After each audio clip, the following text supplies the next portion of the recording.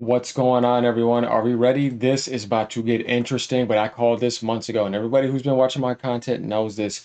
Or yeah, I know, and my wind up there got a little bit out of sync, but yeah. According to Michael Pachter, and we got to read, Fair Games is canceled. But I kind of seen the writing on the wall when Jade Raymond left. When I made this video a few months ago, right here, 2 months ago, PlayStation Fair Game to get canceled off the private pre-alpha test. Users say it's trash. I told people, and I've been telling people for months, Sony cancel this game.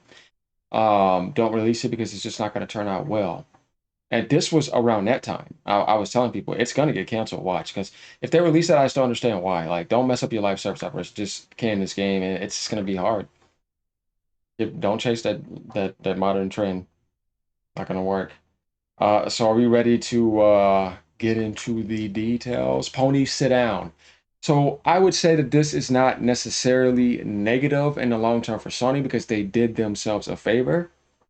I don't see why Michael Pachter would lie to, but get ready because Michael Pachter is going to rip into Sony.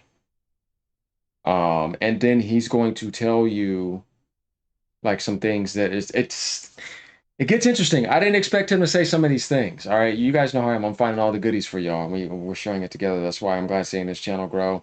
You know, we ain't going nowhere. We're gonna be here doing this for years. So let's get into this. This is it right here. So let's read this. According to the Reddit post in the latest episode of Michael Patrick's podcast, Fair Games is canceled. We're gonna get to all this, guys. There's been a lot of discussion around Fair Game, so I don't think that it is surprising if it had indeed been canceled. I am not surprised. It better be. But it probably should have been announced a long time ago. But I get to bring back the Sony canceled Rainbow Balls. You know, I make up a lot of great motto stuff, right? Just like Pony Sit Down, you know, all that stuff. Yeah, we do that over here. We're creative. uh, if true, Sony gas initiative is absolutely in shambles. Well, the thing is, it already was, but we just realized in order for that to stop, don't release another game and put it in more shambles, and they have to deal with that fear again and be like, oh man, we shouldn't have done that. Just cancel it then. You will save yourself a lot more. It's okay. Microsoft was catching up, and then Sony was like, listen, man, that Fast and Furious Nitro boost and add Marathon to the Fair Game to the list. Sorry, not Marathon. I don't think that's getting canceled. So yeah, throw in Marathon Struggles and you can see why they are starting to publish in Xbox. Now I'm not sure how reliable he is these days. I know in the past it was a bit of a joke about how wrong his predictions were, so take it with a grain of salt. No, Michael Pachter was right on some things, but yeah, oh yeah, I used to make fun of him all the time. Definitely when on these N4G posts in the PlayStation 4, Xbox One era. I was like Michael Pachter, shut up. You know what I mean? But sometimes he has good takes, but here, he's right on the money. And I just think that he's just like, yeah, I'm not going to just be speaking to Wall Street. Let's just pull down the curtain a little bit. This gets interesting. Guys, I want to start us here. And the reason why is you want to get the whole story here. This is going to be an interesting video. Watch all of it. And then when we get to this commercial part, right here, we're going to skip ahead to that part. So let's Question go. from YouTube from Cash Money Bling 9699. What is the solution to the lack of PlayStation first party software output? You said in the past that Xbox is playing chess while PlayStation is playing checkers. So would Sony need to make a pretty significant investment move? Is it smart to invest more time and money into prestige games from studios like Naughty Dog that take 5 to 7 years to create? Sony made the biggest mistake I think they made lately was getting rid of Andy House and then getting rid of Sean Layden. Andy was an oddball, but a very competent leader, and Sean Layden was great. And I'm sorry, I've been watching certain people's content. It's just funny. Just seeing Sean Layden right now, like his image, because he's he's just been going at Microsoft a lot. But that makes sense. He was the guy that did it. Like I was telling people, he was the one that was serious with that game, and he's still like that. You could tell. And but with being in the Tencent world too, Sean is just a funny guy. But one thing I like about Sean Layden, and you guys have to admit, is that he's genuine. He may piss you off with some of his like elite strategies, because I didn't fully catch up on the third thing that he did, talking about games should have been up to $120 by now. Dude, I liked a lot of things Sean Layden say, but that right there, I'm like, excuse me, Sean? Uh, no, absolutely not. No, dude, I think that it gets to a point to where when you guys are easily making billions and billions, and you have your like your hot rods and all that stuff going, and life is so easy till you just ride off on the other side. You don't really have to worry about those type of insecurities. I think that was a ridiculous statement by him because I'm like, son, Sean Layden, you're smarter than this. Like, or you're just kind of like I said, being that elite douchebag in that sort of sense. Because like to me, it doesn't make any sense. Don't worry, we're gonna get to the good stuff for him to say that because I'm like, yeah, no, dude, 60 was kind of like a limit, and it's fine after that. You already have other methods for continuing to make money, so I don't think so. Just had to say that. No. They replaced Sean with Herman Hulst, who was really good, But yeah, Sean but was then really pushed good. him aside. They got rid of Shu Yoshida, who was really good. They put Jim Ryan in charge, who was really bad. But they are not thinking the way the old Sony. Yes, he said it. He said it. He said it. I love it. I love it. He look, see, guys, he's just calling it how it was when Sean Layden and all those guys there who's been there for a while. PlayStation was doing well. You see what I mean? Remove all them. You see what I mean? When you remove things from the back, then you see what the hell's going on. When this guy got the lead, right? Things start to change around again. You're like, what the hell is going on at PlayStation? Oh yeah, think something is going on behind the scenes. You see what I mean? But when you have the right same in place, then you know you're gonna get that same front manifestation, the same great quality. But when you don't see it happening, then you know something's going on inside. You know what I mean? Otherwise, they're gonna be coming outside like that. And it's quite obvious that he was fine in the position that he was, but he was not fine trying to take that lead. Some people are not born to lead, and if you let them lead, they're gonna crash you.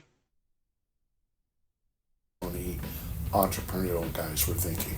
So Kutaragi had Kaz Hirai, who was a Japanese American. He was American. He went to school here, high school here, I think. Mm. And he thought like an American, thought very Western. They always had a Western PlayStation leader, being Andy House, being Jack Tretton, being. That's what I was telling people about Sony. The mostly Western identity. That was their success, not Japan. They abandoned that. Yeah, because they always had that Western leadership. Sean Layden being Jim Ryan, he's English, but Jim was a CFO, and so they started doing stupid shit when Jim took over, and the stupid shit was, oh, everybody makes all this money in live services, we need to do live services. Now let me just give you the quick lecture. The gaming industry is about $200 billion, and about 20 of it is console, and about 20 of it is PC and other PC related or console free to play like FIFA Ultimate Team. The other 160 is mobile, and live services is that 20 million of others, 20 billion of other stuff that's not console. And some guys are really successful at it. FIFA Ultimate Team, really successful. Call of Duty Warzone, Grand Theft Auto Online, Apex Legends, really successful. So Sony went, oh, we need some of that. Except that they bought Bungie to do it. And Bungie, made Halo. They're obviously very talented. They made Destiny. Gloves off. You guys see it. Sony is getting roasted. But like I said, this is why we need to see all this because this is the whole thing of live service, how we got to this point, and then we're gonna get to the meat of Fairgame. Let's keep watching. This gets interesting, and I know you guys are enjoying this for sure. Destiny was good. It had ongoing in-game spend. Yeah. But they paid 3.6 billion for it, and they didn't buy a mobile publisher like Scopely for 4.9 billion, who has 3 billion or 3.5 billion in revenue. Bungie has 300 million in revenue. Just dumb.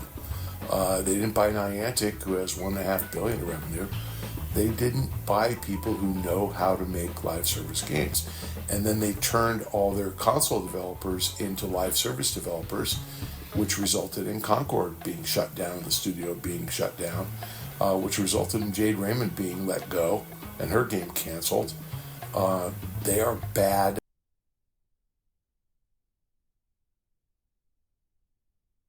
He said it. I think he just slipped that out, y'all, by just talking, or he just said it.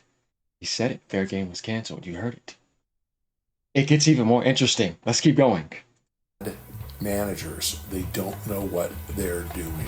This episode of Pachter Factor is brought They don't know what they're doing. Michael Patcher's just see he talks to investors too, so you see they want answers. They're going to Michael Patcher.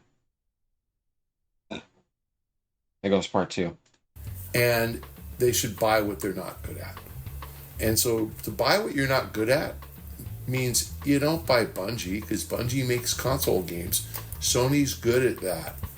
Buy King, buy Zynga, buy Supercell, buy Peak Games, buy somebody who knows how to make live service free to play games. Buy Respawn. We didn't know that Vince Zampella could do it, but he did. But no, Sony, I think Sony has lost its way. And I think evidence of that is like raising the price of PlayStation, launching the PSVR at whatever it was, 550, PSVR 2, launching PS5 Pro at 700. They're just losing it. They have no idea what they're doing. I think Damn. So Michael Patcher, like he's been watching Sony for a long time. To him, yeah, that's not the Sony he knows, and he doesn't like that, and he thinks they're losing it. And they need to get their stuff back together and rebalance their infrastructure, which we've been talking about this, but Michael Patrick coming out saying this recently in the last 24 hours is huge. And this is crazy. It's going to eventually get out everywhere. Not a lot of people are knowing about this at the moment. I had to find it in the forum. the solution to Sony software problem is get rid of all the people in charge right now and bring back some of the old ones or bring back new people who know what they're doing. They just pushed out the smart people. And when they hired Jay Raymond, I was really excited. I just didn't know she was working on a live service game. But it turns out everybody is. That was Naughty Dog. Remember, they made a live service game that apparently was really good, but never coming out. This is sort of like a movie studio saying we're going to make TV shows. It's just not the same. Like a movie is a 2-hour experience, beginning, middle, end. A TV show goes on for 6 or 7 seasons, and there's a story arc, and it's hard to do it over multiple years. Sony is just like, oh yeah, we're going to go from movie studio to TV. That's a very good example outside of what we were saying before. Sony, you moved from the movie rush to the constant live stuff. Like you've changed the whole algorithm, and it's almost like you're trying to get your developers to start from level one when they were, high level in other categories, and that is not good. That just tells you a lot. Like Jim Ryan is an idiot. Like just to even initiate that and throw you that much off balance is insane. It's a crazy train to grab. Studio. Well, you don't do it with the same people. You get different people. The right solution is to have 14 studios taking 7 years and having 2 big games a year. I mean, that's the right solution. I talked to EA, Byron Beebe, good dude, former Activision guy, worked at Infinity Ward with Vince. And he's running the Battlefield franchise, and their goal is 3 studios making Battlefield on a 3-year basis so they can get to Battlefield annually. And he said it's going to take 5 or 6 years before they get 2 in a row, so we're not going to get there for a while. But that's their plan. And that, by the way, they should have done that 15 years ago. Figured so. They told everybody they want to catch up to Call of Duty. They're finally doing it. Call of Duty figured that out. 3 studios making, and again, they've had their troubles, and Sledgehammer shut down, and Infinity Ward's been, kind of subsumed into Treyarch, and Treyarch has 2 or 3 studios now, but it's always been 3 guys working on. So you see what he's saying now. Yeah, that's EA strategy now. Expect Battlefield to close the gap in now more on Call of Duty. Call of Duty is in trouble now then. Because there's going to be other games consistently coming out too. I'm telling you. And now we got Nintendo games in the holidays too, yearly. I just love it because what that means is step your game up. It's good. If it gets better, that's good. Yes. 3 different games for annual release. I like this. And Sony never got their shit together. Ubisoft has never got their shit together. Oh, God. It's hard to do, but if Sony had 7 studios working on 7-year cycles, they'd have 1 game a year, and if they had 14, they'd have 2 games a year. If they had 21, they'd have 3 games a year. I actually think that's kind of what Nintendo is. I mean, Nintendo's studios are fewer and bigger. They're making, I'd say, pretty consistently 2 frontline releases and 1 or 2 second line releases every year. Nintendo's got that model down, and so, if Nintendo ran Sony, it would run differently. And so it isn't like this is not a cultural thing. You know, this isn't cultural. This isn't Japanese or bad business people. That's not it at all. This is Nintendo's a really good company, and Sony really isn't. I mean, that's what it comes down to. And I think Sony lost its way when they let Kutaragi go, and I think they got worse Preach. when they let Kaz Hirai go. And they've just backfilled with like career Sony guys. Though they can make some mistakes too, like with the Mario Kart price tag, but that stuff is like already passed. They gave people the option for the bundle. They do things smartly, and they're successful with it. Though that's the only thing I just didn't agree with. But other than that, though, yeah, they are an amazing company because they don't lay off anybody. They give you amazing games. They don't change up. Like they don't sell out. They don't microtransaction you to death. I mean, I love their video game world. You know what I mean? I love their video game department, what they've done for the video game industry, how much they've inspired people with mechanics, foundations, the jumping aspect on platforming, the flying aspect, just so much consistently for years, the handheld markets. When you just see the love they put into gaming permanently, it's amazing because it's like, look how much you've done for other developers in gaming. Look how much inspiration you've put there for 40 straight years giving, like he said, those models, you're releasing multiple games a year. And I see certain people come in, they do it for 1 year, and people praise. I was like, but dude, you're gonna have to do that for like 10 straight years, and then you're gonna get like highly respected by the best. That's what I try to tell people. They've been doing that. The stuff you see going on the Xbox platform, which I'm glad. I'm glad to see Microsoft get there. Though they did have to monopolize, obviously. Sony had to do what they do too. But the thing is that what they're doing to get that to work, to share those games like that, you saw like that felt amazing, didn't it? Now imagine if that was happening for 40 straight years. You wouldn't never leave them. You see, that's why people don't leave Nintendo, because think about that experience. If somebody was telling you, oh, every year you're gonna have something like that, and it's coming from me. I'm not waiting on somebody else to bring you something. I'm giving it to you myself. That type of principle is what I'm talking about. That's another reason why I don't have the same level of respect uh, for Steam that I do for Nintendo. Though I like Steam better than Xbox as a platform. Same thing with PlayStation for certain things, but what they lack big time. And Gabe knows this. He's just tired, probably. He did a lot of stuff by himself. Is that they don't give to the gaming community first party like they used to. They stopped for a long time, and that type of break could never catch up to how much Nintendo kept on giving. That's what I'm saying. Nobody can compare to them when it comes to gaming. All this other stuff, it's like, yeah, man, but I can take you somewhere else. It's like, you see, that's hypocrisy. It's way worse there, and they're a much better company by a mile. The only thing about them is they're elite douchebag $80. I can do this because I'm better than you. Deal with it. You know what I mean? I'm like, ah. And the reason why is because Nintendo penny pinches because they don't microtransaction. When all these other people are like, look, it should be $120 for microtransactions and season pass and all this, and it's like, no, man. And another other thing that really ticks me off about Nintendo is never dropping their prices. I would rather them say, okay, from now on, Nintendo's going to drop things down to $50, $40 over time. Okay, I'd rather you do 80, even though I don't agree with it. You guys just listen to me. I would rather you do 80 for a game every once in a while than not never drop your damn prices. Because at least I know one day that 80 is not going to exist anymore. But if it's always freaking staying there, see, that's what I'm saying. That's worse to me, guys. That's always been the thing about Nintendo's been worse to me. Then a price is up there, but then I can get it for an option. Be like, look, I can get it there on a bundle, or you know what I mean. It can go on sale one day or something. But for a company that never puts their prices down, oh God, yeah, that's where it's the worst. And that is where I will never disagree with anybody. It's like, dude, I get it. I know. Even sometimes I go onto their shops now, and this is a good one, guys. We just got to finish this out. Even sometimes I go onto their shops now, and I'm looking at all those games.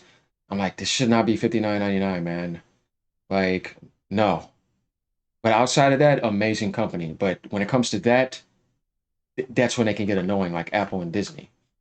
But yeah, getting back to Sony though, not Sony, guys. Get ready for it. Cancel Fairgame. You know it's coming, y'all. if he sees it, it's happening. I can't wait to see that video. But yeah, getting back to Sony though, fully though, this is not necessarily to me negative news. This is good news. I'm just saying, I don't think they should have released the game. Good. Guys who just haven't figured out how to keep up. So their way to keep up was just force live service on everybody, and it didn't. You can't do that. Can't. And so Nintendo's the right model. Lots of studios working on lots of projects and getting lots of content. They have perfect Yeah, balance. Sony's lost its way. Will they ever get it back? I don't think so. I think Sony is looking in the rearview mirror and trying to guide its future based on its past success, and I think it's not going to succeed. Will they sell, a lot of PS6s? Yeah, they will. People will buy them. Will there be software for it? Nah, just like PS5. Michael Pacher's funny. I'm sorry the way he said that. He sounds pessimistically disappointed. That is hilarious. And will the PS6 be enough better that you buy one?